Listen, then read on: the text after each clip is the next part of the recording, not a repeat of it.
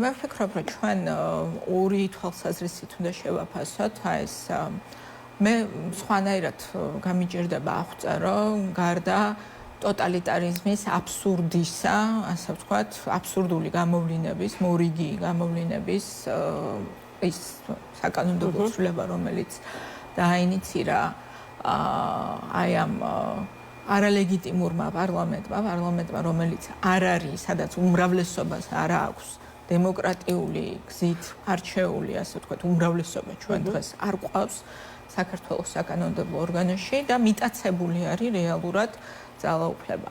აი მიტაცებული ძალაუფლების გამოყენება ტოტალიტარიზმის აბსურდის განმტკიცებისთვის ჩვენს ქვეყანაში ერთის თუ რა თქმა უნდა არის სერიოზული განგაში, ხო, იმიტომ რომ კიდევ ერთი ნაბიჯი გადაიდგა იმისთვის, რომ აბსოლუტურად, ასე ვთქვათ, როგორ გითხრათ, დისკრეციული გახდეს ადამიანების დევნა მათ მიერ გამოხატული აზრის გამო, მაგრამ მეორეს მხრივ ამას რაღაცა კომიკური სახეც აქვს, ხო, იმიტომ რომ რეალურად ჩვენ შევხედოთ საქართველოს უახლეს ისტორია რო გავიხსენოთ, ფაქტიურად ჩვენი დამოუკიდებლობის გამოცხადების დღიდან ჩვენ ვართ ისეთ ვითარებაში, რომ რაღაც ნაწილი საზოგადოების აცხადებდა, რომ მისთვის არ იყო ლეგიტიმური ესა თუ ის ხელისუფლება, ხო? იმიტომ რომ არ ვიცი, მაგალითად რო ავიღოთ, როდესაც ზვიად გამსახურდიას ხელისუფლების დამხობა მართლაც მოხდა, მართლაც შეიარაღებული გზით.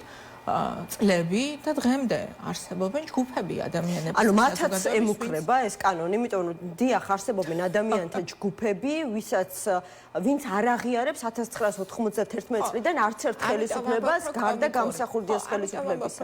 გარკვეულწილად ეს საერთოდ ეს ახასიათებს ორი რამე გამოვლინდა ჩემთვის, ასე ვთქვათ, ამ ინიციატივაში, რაც არის საკმაოდ ტიპიური ტოტალიტარული რეჟიმისთვის. ერთი ეს არის სინამდვილეში სისუსტე შინაგანი, რომელსაც ის გრძნობს, იმიტომ რომ არ სჭირდება ხელისუფლება, რატო არ დასჭირდა არც ერთ ხელისუფლებას დღემდე, კიდევ ერთხელ ვამბობ, რომ 30 წელიწადზე მეტია არსებობენ მოქალაქეების ჯგუფები ქვეყანაში, ვინც ეჭვქვეშ აყენებს ლეგიტიმურობას ამა თუ იმ ხელისუფლების. ოღონდ არავის არ მოსწია. რა შეჭირდება დღეს უდგას ეს საჭიროება, თუ შესაძლებელია ხვალ დაჭირდეს ანუ თვითონ გრძნობს თავს არალეგიტიმურად, თვითონ იცის ამ ხელისუფლებამ, რომ გააყალბა არჩევნები, იცის, რომ გაყალბებული არჩევნების გზით ასე ვთქვათ, ვერ მოხდა მათი ხელისუფლების აღიარება, როგორც აქ დემოკრატიულ ლეგიტიმაციაზე არის საუბარი, თორე გასაგებია, რომ არ ვიცი, კანონს ემორჩილება ის ხალხიც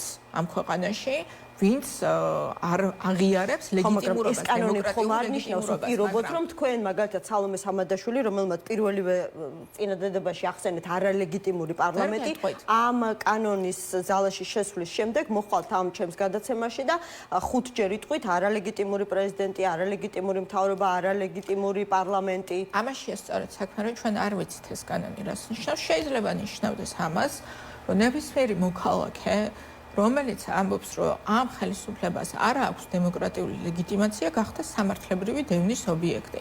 და ამიტომ არის აბსურდული ეს კანონი, მაგრამ მე მინდა რომ თქვათ ის თუ რატო სჭირდება ამ ხელისუფლებას ეს კანონი, იმიტომ რომ შენ თუ რეალურად ხარ, ასე ვთქვათ, დარწმუნებული საკუთარ პოზიციებში. შენ თუ რეალურად რაღაცნაირად, ასე ვთქვათ, მიგაჩნია, რომ რა თქმა უნდა გაქვს დემოკრატიულად არჩეული ლეგიტიმაცია გაგაჩნია შენ როგორც ხელისუფლებას. შენ თუ თავს გრძნობ ძლიერ პოზიციებში პოლიტიკურად, როგორც გვიმტკიცებენ და გვეუბნებიან, რომ რაღაც დათვლილი აქვთ, რომ ერამდენჯერ მოიგეს არჩევნები და სარგებლობენ ვითომ უმრავლესობის მხარდაჭერით ჩვენს ქვეყანაში, მაშინ რატო უნდა გჭირდებოდეს მსგავსი აბსურდული კანონის მიღება? ხო, იძულებითი აღიარება, აი რას მოუტანს, რა ეფექტი ექნება, რა შედეგი ექნება, ისევ დაუბრუნდები იმას, მართლა მაინტერესებს, როგორ აპირებთ ზოგადად პოლიტიკოსები, ანუ აპირებთ თუ არა რაღაცნაირად აი ლავირება მოახდინოთ, როდესაც ეს კანონი უკვე სამართლებრივ ძალას შეიძენს, ანუ მართლა ხომ არ აპირებთ არაღიარების გამო დააჭერინოთ ყველა დემოკრატიული ლეგიტიმაცია აქ პოლიტიკოსების დაჭერაზე არ არის საუბარი, აქ საუბარი არის, რომ საქართველოში კიდევ ერთხელ ვამბობ, ნუ აი რო ავიღოთ რაღაცა მინიმალური და ძალიან მინიმალისტური მიდგომით. მილიონამდე ადამიანმა, რომელმაც ხმამისცა ოპოზიციურ პარტიებს, ისინი დღეს თვლიან, რომ დღეს ქვეყანას მართავს ხელისუფლება, რომელსაც არ აქვს დემოკრატიული ლეგიტიმაცია, იმიტომ რომ იმიტომ კი არა, რომ ასე ვთქვათ, მათმა არჩეულმა, ჩემმა პარტიამ ლელომ და სხვებმა, ასე ვთქვათ, ვერ აიღეს ხელში ხო, ძალაუფლება. ამიტომ არა. იმიტომ, რომ საარჩევნო პროცესი იყო უსამართლო და იმიტომ ამას შემდეგ დაემატა მეორე ასე ვთქვათ, ხაზი დელეგიტიმაციის, რომ ეს არის ხელისუფლება, რომელიც ღიად წავიდა საქართველოს კონსტიტუციის წინააღმდეგ, როდესაც გამოვიდა და გამოაცხადა, რომ ევროკავშირში გაწევრიანების პროცესს ასრულებს მაშინ, როდესაც ჩვენ კონსტიტუციაში გვიწერია პირდაპირ, რომ ეს არის ჩვენი ეროვნული მიზანი, ხო, ევროკავშირში გაწევრიანება.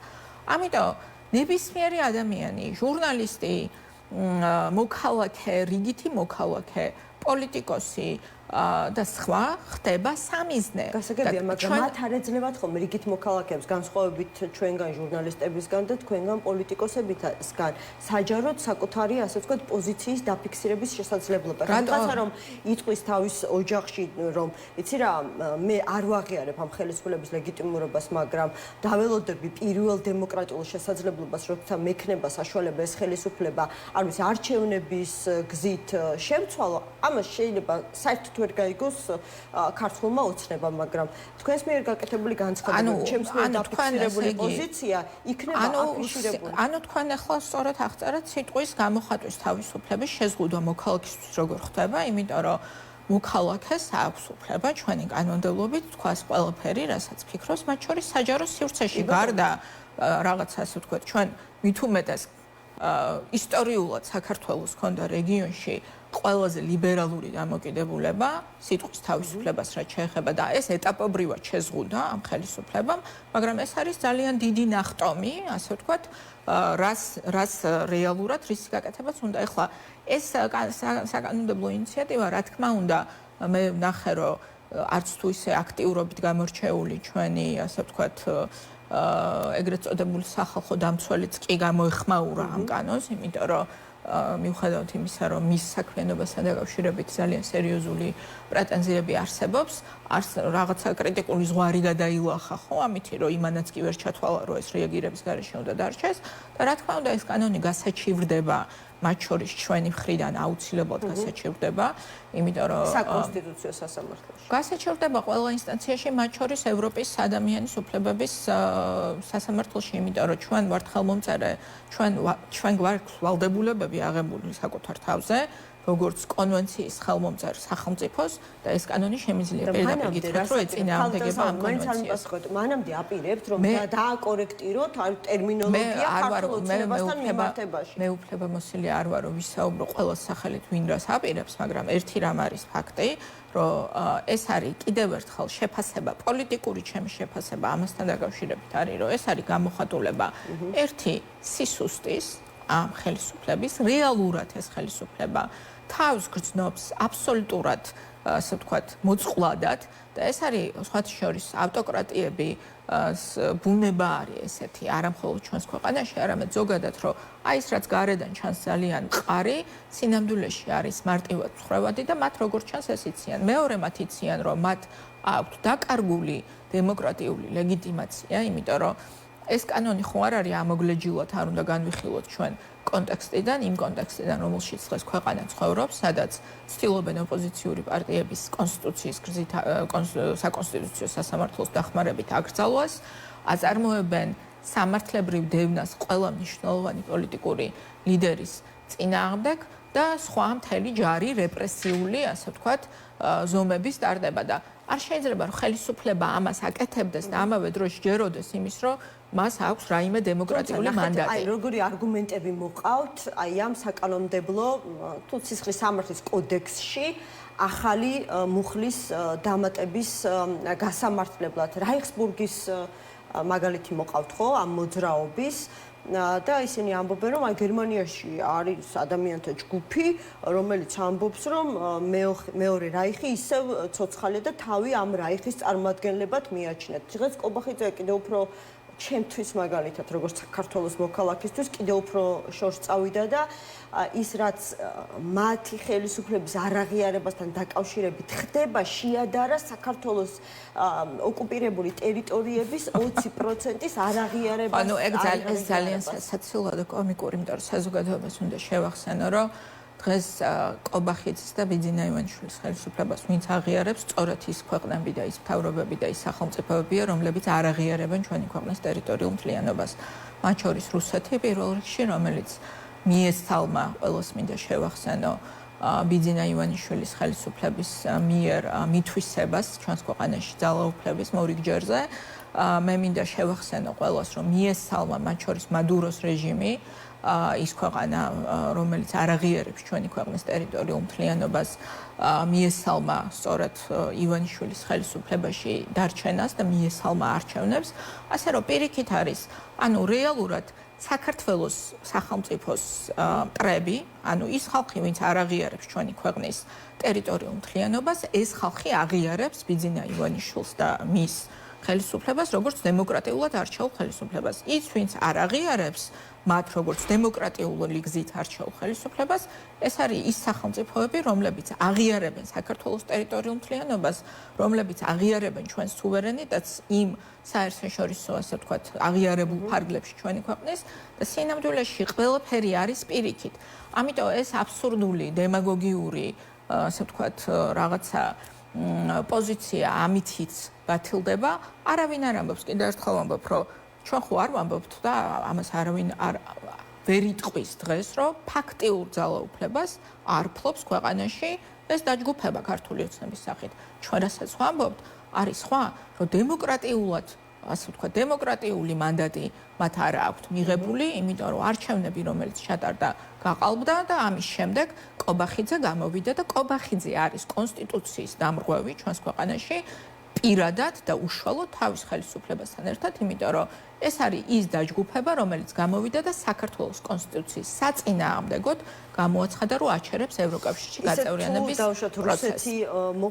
რუსეთის მაგალითი მოყავთ საქართველოს ოკუპირებული ტერიტორიების არაღიარებასთან დაკავშირებით, რომ საქართველოს ეკუთვნის ეს ტერიტორიები, ალბათ უნდა დაგვეწყო რუსეთის მოქალაქეებისგან, ვისაც აი ამ აღიარების თემას გავაგრძელებ, კი არა და აქედან დავიწყებდი აღიარება არ აღიარების, რა ვიცი, კრიმინალიზებას, რომ ვკითხოთ პირველ რიგში აღიარებენ თუ არა ისინი საქართველოს ტერიტორიულ მთლიანობას და მხოლოდ ამის შემდეგ, მათი პასუხის მოსმენის შემდეგ მიგვეცა მათთვის უფლება გადმოელახათ საქართველოს საზღვარი.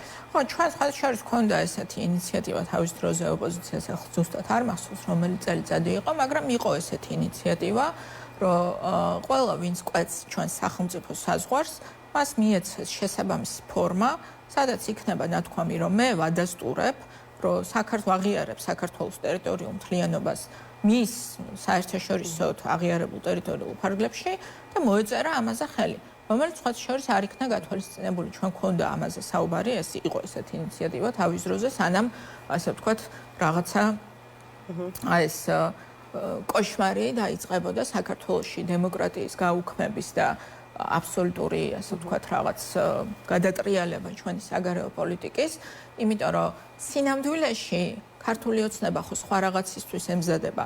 მათ ხო ზუსტად იციან, რომ მოვა დრო, როდესაც რუსეთი მათ მოთხოვს აღიარებას დამოუკიდებლობის ჩვენი ოკუპირებული ტერიტორიების. ეს არის შემდეგი, რასაც რუსეთი მოსთხოვს ამ ხელისუფლებას და ეს არის ის, რასაც დღეს ისინი ვერ ბედავენ უბრალოდ. ამისთვის ემზადება ქართული ოცნება და ამისთვის ჭირდება ასეთი გამკაცრებული კანონმდებლობა, რომ ნებისმიერი მათი, ასე ვთქვათ, რეაგირება იყოს გამყარებული სწორედ საკანონმდებლო ბაზით. აი ჩვენ ხო ახლა დღეს როგორ მდგომარეობაში ვართ, რომ ეს ივანიშვილის წარმომადგენლები დარბიან, სადაც დაუძახებენ ყველგან ჩადიან და იქ ცდილობენ, რომ ვიღაცასთან ფოტო გადაიღონ და ჩვენ მერე გვიმტკიცონ, რომ მათ აქვთ რესურსი გადატვირთვა მოხდეს ურთიერთობების ამერიკის შეერთებულ შტატებთან თუ სხვადასხვა. ამის პარალელურად, აი გავაანალიზოთ ხო რა ხდება. ამის პარალელურად ვრცელდება განცხადება, მე ხა ევროკავშირზე აღარ მაქვს საუბარი, რომელსაც ცალსახად აქვს ჩამოყალიბებული თავისი პოზიცია, მათ შორის ევროპული საბჭოს მიერ მიღებული ოფიციალური დოკუმენტით, რომ შეჩერებულია საქართველოსთან ყველანაირი პროცესები, სანამ არ მოხდება კონკრეტულად ნაბიჯების გადადგმა დემოკრატიის, ასე ვთქვათ, უკუსვლის შეჩერების მიზნით და ჩვენ ნახეთ სახელმწიფო დეპარტამენტის განცხადება, რომ საქართველოს მხარისთვის არის ცნობილი, რა ნაბიჯები უნდა გადაიდგას იმისთვის, რომ ჩვენ მოხდეს რაღაცა საუბარი დაიწყოს ახალ ეტაპზე ურთიერთობების. აი ამ განცხადებებიდან 2 დღის შემდეგ, როდესაც ხელისუფლება იღებს კანონს, ხო, აინიცირებს კანონს პარლამენტში, რომელიც არის კიდევ ერთხელ ვამბობ, უზარმაზარი ნახტომი ამ ქვეყანაში დემოკრატიის სიტყვის თავისუფლების, გამოხატვის თავისუფლების შეზღუდვის მიმართულებით, აი როგორ ფიქრობთ ახლა ეს ეხმარება თუ ხელს უშლის იმას, რეალურად რო კონდეს სურვილი ბიძინა ივანიშვილს, უნდა ვისაუბროთ მხოლოდ ივანიშვილზე, იმიტომ რომ არაფერი მნიშვნელობა არ აქვს სხვა იქ ვინ რას ფიქრობს, ივანიშვილს რეალურად რო უნდადეს დასავლეთთან ურთიერთობების გადატვირთვა, მიიღებდა თუ არა ესეთ კანონს არის ვერსია, რომ შესაძლებელია ასეთი ასე ვთქვათ, საკანონმდებლო ინიციატივებით ხდება რეალურად ყურადღების გადატანა უფრო მნიშვნელოვანიდან, მათ შორის აი საგულისხმო არის ძალიან დღეს დაგეგმილი დებატები, რომლის თემა არის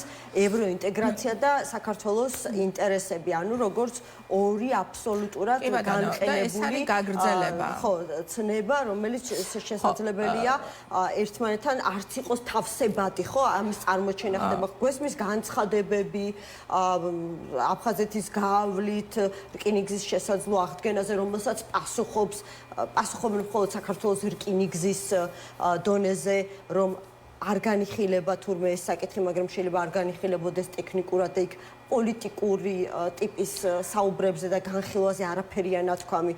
დღეს ლავროვის მოადგილე გამოდის და ქართველებს მოუწოდებს, რომ იქნებ დაფიქრდნენ რაღაცა დიპლომატიური ურთიერთობის აღდგენაზე. ანუ ეს ყველაფერი რა პროცესის ასე ვთქვათ, ერთი პროცესია, რომელსაც ქვია საბოლოო დესუვერენიზაცია საქართველოს და საბოლოოდ, ასე ვთქვათ, მოქცევა ამ ქვეყნის რუსეთის გავლენის ქვეშ. მეტი არაფერი ამას არ ქვია, ეს ყველაფერი ერთი თამაშის ნაწილია, ნახეთ, იმიტომ რომ ყურადღების გადატანა კი არ ხდება.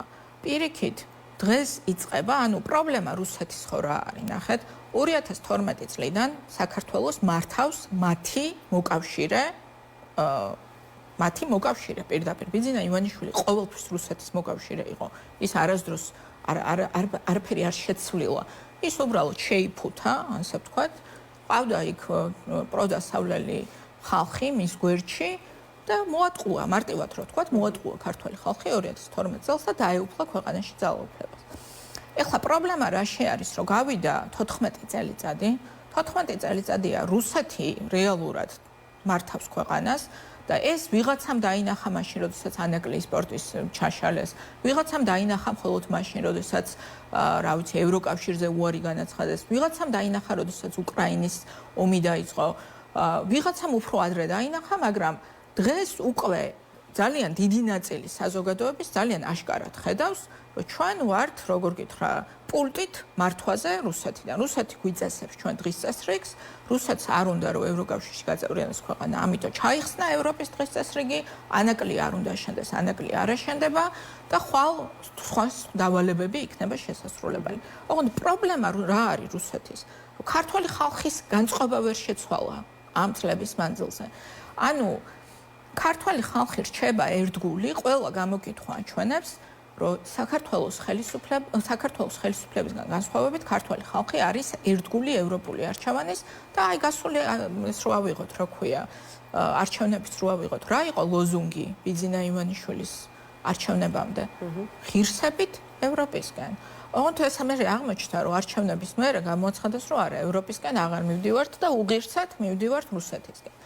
მაგრამ არჩევნები მოიგო რეალურად პროევროპულმა კოალიციამ, ანუ იმ ძალებმა, რომლებიც პროევროპულ დღის წესრიგს მისდევენ. და რა მოხდა რეალურად ამ წლებში? გაძლიერდა პრორუსული, ღიად პრორუსული ძალები ჩვენს ქვეყანაში? არა, ვერ ძლიერდება ეს მიმართულება, იმიტომ რომ საქართველოს მოქალაქეების დიდ უმრავლესობას თავარ საფრთხეთ მიაჩნია რუსეთი, მიაჩნია, რომ ევროკავშირში უნდა იყოს მისი ქვეყანა და ეს საზოგადოებრივი განწყობა არის ძალიან სერიოზული პრობლემა, იმიტომ რომ დამპყრობელიც კი, ნებისმიერი დამპყრობელი რუსეთი იქნება თუ სხვა, მისთვის გაცილებით მარტივია მართოს ქვეყანა, სადაც რაღაცა კრიტიკული უმრავლესობა ხალხის მის აზრს ითვალისწინებს. ძალიან რთულია შენ მართო ქვეყანა სიტყვაზე, სადაც 80% უარს ამბობს და გემორჩილო შენ პირდაპირ. ამიტომ ახლა დაიწყო შემდეგი ეტაპი, ასე ვთქვათ, აი რუსეთის მიერ საკუთარი პოზიციების გამყარების, რაც რისგან შედგება.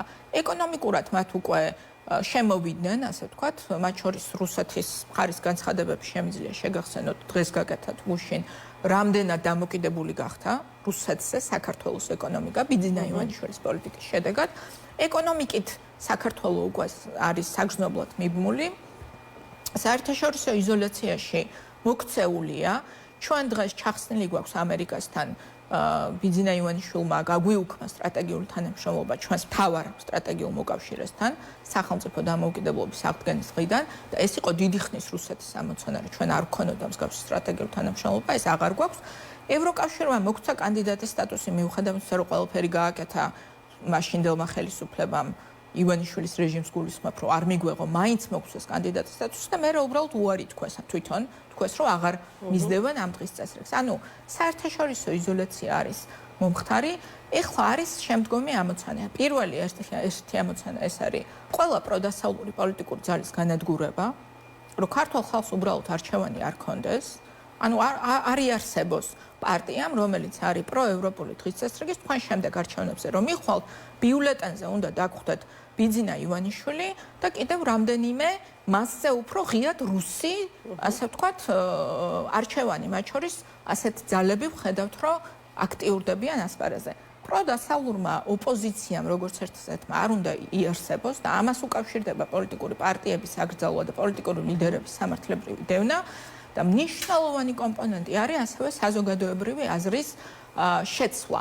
ამას ემსახურება მათ შორის აი ეს უკვე ღია დებატები, რომ ის რაც ასე ვთქვათ ჩვენ კონსტიტუციაში გვიწერია, რომ ჩვენი არჩევანი არის ევროპული დღის წესრიგი, რეალურად გვინდა თუ არა რომ ეს საერთოდ კონსტიტუციაში იყოს და ეს არის საზოგადოებრივ აზრზე უკვე ასე ვთქვათ манипуლირების და მასზე ზეწოლის მოქმედება და ამას უკავშირდება მე ყველაფერი სხვა არასამთავრობოების დევნა, უნივერსიტეტების დამოუკიდებლობის ასე ვთქვათ შეზღუდვა და გაუქმება მათ შორის ილიას უნივერსიტეტს ფაქტიურად აუქმებენ.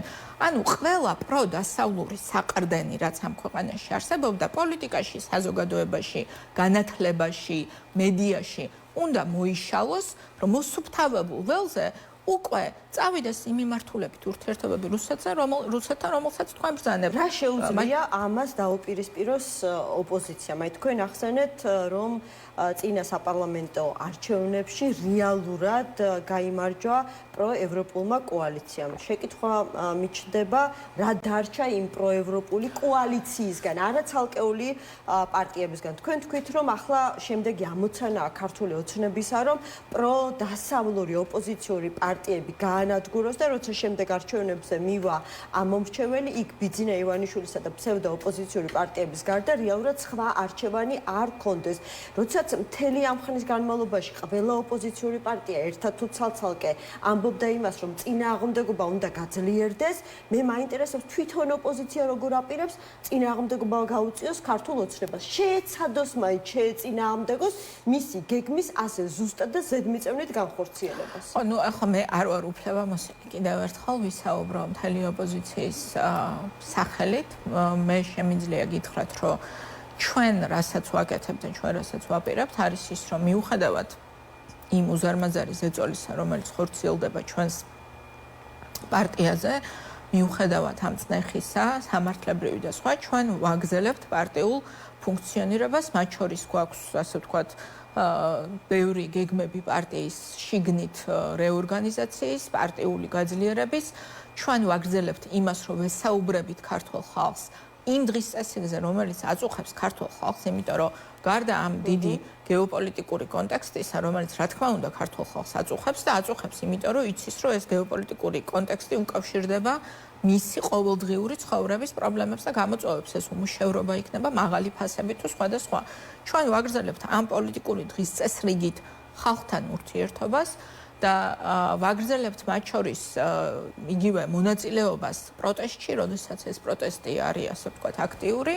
ვფიქრობ, რომ ეს არის ის შეუპოვარი, ასე ვთქვათ, ბრძოლა, რომელიც დღეს უნდა აჩვენოს ყველამ ოპოზიციაში და მე ვფიქრობ, რომ მიუხედავად ჩვენ, როდესაც ხშირად გვესმის ოპოზიციის კრიტიკა და ამავე დროს მე მგონი ავიწყდებათ ადამიანებს და ახლა კი არ წუწუნებ ასე ვთქვათ, მაგრამ რეალობა ის არის, რომ დღეს ოპოზიცია, პროდასავლური ოპოზიცია ამ ქვეყანაში არის წარმოუდგენელი წნეხის ქვეშ და ის, რომ ჩვენ ასე ვთქვათ, მათ შორის ჩვენი ძალისხმევით შევძელით ის, რომ დღემდე ასე ვთქვათ, ჩირაღდანი ანთია ამ ქვეყანაში თავისუფლების და დემოკრატიის, ამაში არის არც თუ ისე დიდი წვლილი, არც თუ ისე პატარა წვლილი, ვფიქრობ პოლიტიკური პარტიებისაც, მაგრამ რა თქმა უნდა, იმის პარალელურად, რომ ჩვენ ვაგრძელებთ ასე ვთქვათ, ჩვენ პარტიულ საქმიანობას, სანამ გვაქვს ამის შესაძლებლობა და არ არის აკრძალული პარტია, ამის პარალელურად ცხადია, რომ კოორდინაცია უნდა გაგრძელდეს დიდ თემებზე, რაც უკავშირდება ჩვენს ქვეყანაში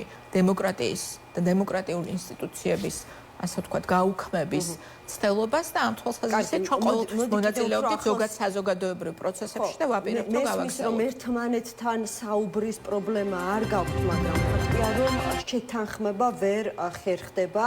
ირაკლი კუპრაძემ გააკეთა განცხადება, რომ ლელო არ გახდება არანაირი ერთობის ნაწილი უახლოეს მომავალში, ეს არც განიხილება, ვაგრძელებთ სვლას დამოუკიდებელი ხაზით. ანუ ეს არის თქვენი პოზიცია აი ამ ოპოზიციურ ერთობასთან თუ შეთანხმების დოკუმენტთან დაკავშირებით. თუმცა აი ამ პროცესში ჩართული პარტიები, ვინც მზად არის ხელი მოაწეროს ამ შეთანხმებას, ამბობენ, რომ იმ პოლიტიკურ პარტიებს, ვინც არ გახდება ამ შეთანხმების ნაწილი, მოუწევს პოლიტიკური პასუხისმგებლობის აღება. ეს იქეთ იყოს. ყველა ხომ ცალ-ცალკე თუ ერთად თანხმდება იმაზე, რომ ამ ვითარებაში, როდესაც აი ესეთი გააფთრებული ბრძოლა აქვს გამოცხადებული ქართულ ოცნებას პროდასავლურ ოპოზიციებთან, ცალ-ცალკე ვერავინ ქართულ ოცნებას ჯეროვან წინააღმდეგობას ვერ გაუწევს. დასავლეთსაც კი ასჭირდება საქართველოში პოლიტიკური ალტერნატივა, ვისაც დაინახავს ვისაც დაეხმარება, ვისაც იმედებს დაამყარებს თუ არ ვიცი პოლიტიკურ ფსონს დადებს, მოკლედ როგორც არის, რასაც ამ ეტაპზე ვერ ხედავს. და ვერ ხედავს იმიტომ, რომ ზოგი სააკაშვილის ფაქტორის გამო, ზოგი რაღაცა პირადი შეუთანხმებლობის გამო ვერ ახერხებს თუნდაც დიდ თემებზე ერთიან მოქმედებას. ანუ არ თვლით, რომ თქვენ ცალკე ლელო ვერ შეძლებთ გაუწიოთ ახლა ის წინააღმდეგობა, რომელიც ამ ეტაპზე არის საჭირო და აი როგორც ამბობენ, იღებთ თუ არა თქვენ პოლიტიკურ პასუხისმგებლობას, რადგან არ უერთდებით აი ამ ოპოზიციურ ერთობას. პირველ რიგში ჩვენ ასე იგი იცი რა, ძალიან ბევრჯერ უკვე არ ვიცი წლებია მე პოლიტიკურ აქტიურ ცხოვრებაში ვარ და წლებია არის რაღაცა ინიციატივები გაერთიანების, ხან რაღაც მემორანდუმს ვაფორმებ და ხან და შედეგი ამ ყველაფრის სამწუხაროდ საზოგადოებამ ვერ დაინახა. ამიტომ ჩვენ მათ შორის თავადაც არაერთხელ ყოფილვართ მონაწილეც და ინიციატორიც მრავალჯერ სხვათა შორის საერთო ფორმატების შემუშავების და საერთო ფრონტის გზით მოქმედების.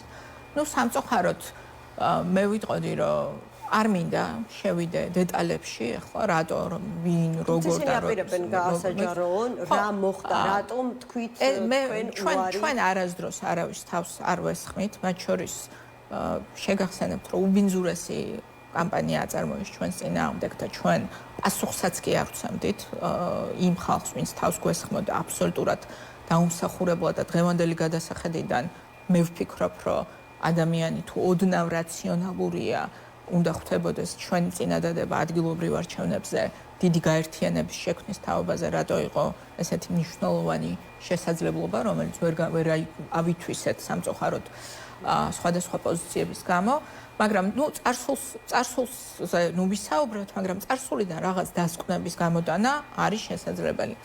წარსულიდან დასკვნა რაც გამოდანილია არის ის, რომ ზოგად ამოცანებზე შეთანხმება არსებობს ოპოზიციაში. ესეც შეთანხმება არაერთხელ იქნა გაფორმებული, მათ შორის საპრეზიდენტო ქარტიასთან დაკავშირებით და სხვადასხვა. ახალი არ არის არაფერი ახალი, არანაირი ახალი შეთავაზება მე ვერ ვხედავ, რომ დღეს არსებობს, რომელიც რამეს დაამატებს უკვე იმ ასე ვთქვათ, დიდ თემებზე რაღაც შეთანხმებას, რომელიც არსებობს ხო ოპოზიციაში. ანუ სამოქმედო გეგმა არავის შემოუთავაზები, არავის უთქვამს, რომ ამ დიდი ასე ვთქვათ, ხარტიაში ჩამოთვლილი პრინციპების გარშემო ხომ ვარ შეთანხმებული. კი და არაფერი ახალი, ჩვენი აზრით არაფერი ახალი დღეს არ ხდება. ხარტიაში რაც არის თქვენთვის, აი ამ დღევანდელი რეალობიდან გამომდინარე არ იყო საკმარისი. არა, ხარტიაში რაც არის საკმარისია ეს, რომ ჩვენ საერთო პრინციპებზე ვთანხმდებით. რაც შეეხება ახლა იმას, რომ ვიღაცამ ცალ-ცალკე ეს არის თქვენი პოზიცია. არა, ჩვენი პოზიცია არის, რომ ჩვენ არ ვაპირებთ, რომ გავაუქმოთ ჩვენ თვითონ ჩვენი პარტია და ვთქვათ, რომ ეს პარტია აღარ არსებობს ჩვენთვის. არა, არ ვიცი გაერთიანება რას გულისხმობს. პარტიული ნიშნით გაერთიანება, ნუ ნიშნავს მე და თქვენ პარტიულად თუ გავერთიანდეთ, თქვენ უნდა გააუქმოთ თქვენი. ეს საუბრები ძირითადად ამაზე და საჯაროდ აქამდე აი ასე მკაფიოდ არ გამოსულა. ჩვენ რო ვერ ვხედავთ, რომ რაიმე ახალი ხდება ისეთი, რომელზეც უნდა დროშა დავიჭიროთ და გამოვაცხადოთ, რომ ეს არის სიახლე, იმიტომ რომ არ გვინდა კიდევ ერთი იმედგაცრუება საზოგადოების გამოვიწვიოთ. ჩვენ ვაფიქსირებთ ჩვენს პოზიციას. საერთო ეროვნულ ამოცანებზე და საერთო მათ შორის გამოწვევებზე, რაც მე აღწერე პირველ ნაწილში ჩვენი საუბრის, რაც დღეს უდგას ამ ქვეყნის დემოკრატიას, ჩვენ ვთანხმდებით ყველასთან, რომ არის დასასრულებელი ქვეყანაში, აი ეს ასე ვთქვათ, ეს იერიში დემოკრატიული ინსტიტუტების გაუქმებაზე. ამაზე ჩვენ, როგორც ქვეყნის შიგნით, ასევე ქვეყნის გარეთ პოზიციონირებაში არანაირი პრობლემა არ გვაქვს არავისთან კოორდინირების. რაც შეეხება პარტიულ დღესწესრიგს, ანუ იმას, რომ ჩვენ როგორ ვემუშავებით საზოგადოებას და მათ შორის ელექტორატს, მათ შორის იმ ხალხს, რომელმაც ხმა უნდა მოგცეს და კონკრეტულად ენდოს ჩვენს პარტიას, ხო? ამ თვალსაზრისით ჩვენ არ ვაპირებთ, რომ დღეს გвთქვათ, რომ ლელო აღარ იარსებობს როგორც პარტია. არა, ჩვენი ამოცანა არის, რომ მიუხედავად იმისა, რომ ხელისუფლება თავს გვესხმის, ცდილობს აგრძელოს ჩვენი პარტია, ჩვენ ვაპირებთ, რომ ჩვენი პარტია გავაძლიეროს. ანუ დაინახეთ, რომ ამ ერთობაში გაწევრიანებით თქვენი პარტიული დღის წესრიგი უნდა შეგეცვალა. არა, კიდევ ერთხელ ვამბობ, რომ არანაირი სიახლეს მე დღეს ვერ ვხედავ რაიმე შემოთავაზებას, რომელიც მოითხოვს, რომ მე გადავხედო ჩემი პარტიის ამოცანებს პარტიულად. და პარტია უნდა გაძლიერდეს და მათ შორის დემოკრატიის გაძლიერება ამ ქვეყანაში ჩემი აზრით სწორედ იმაზე დგას, რომ პარტიები იყოს ასე ვთქვათ გადარჩნენ, იმიტომ რომ ნუ ხო რეალობა ეს არის, რომ დღეს ბიძინა ივანიშვილმა იერიში გამოაცხადა ყველა დემოკრატიულ პროევროპულ პარტიაზე და პარტიის გადარჩენა და მის გაძლიერება დღეს არის ძალიან მნიშვნელოვანი. ან დაინახეთ, რომ თქვენ ცალკე უფრო გაძლიერდებით და მეტს შეძლებთ, ვიდრე აი ამ ერთობაში ყოფნით. კიდევ ერთხელ ვამბობ, რომ არანაირი სიახლე დღეს, არაფერი სიახლე საზოგადოებას თუ ვინმეს აქვს რაიმე სიახლე შესათავაზებელი, ალბათ გამოვა და გააცნობს, ხო, ამ გეგმებს. ჩვენ ვერ ვხედავთ რეჟიმში ვართ. ამიტომ კიდევ ერთხელ ვამბობთ, რომ ჩვენ ვერ ვხედავთ, რომ რაიმე ისეთი სიახლე არის, რომელიც გააძლიერებს ქართველი ხალხის ბრძოლას რეჟიმის წინააღმდეგ და ამ მოცემულობაში ჩვენ არავის ხელს არ უკრავთ. ჩვენ ვამბობთ, რომ რა თქმა უნდა, როგორც ყოველთვის დიდი საზოგადოებრივი ერთობა რეჟიმის წინააღმდეგ საერთო, ასე ვთქვათ, დიდ ამოცანებთან დაკავშირებით ეს ყოველთვის ჩვენ ამას ხელს უწყობდით, მაგრამ ამის პარალელურად ჩვენ არ ვაპირებთ, რომ ასე ვთქვათ, რაღაცა გავაუქმოთ საკუთარი ჩვენი პარტიული დღესწესრიგი, იმიტომ რომ ეს პარტიული დღესწესრიგი და მისი გაძლიერება მიგვაჩნია ფუნდამენტურად მნიშვნელოვნად იმისთვის, რომ მივაღწიოთ იმ დიდ ამოცანებს, რომელსაც დიახ, ყველა ერთად ვიზიარებთ.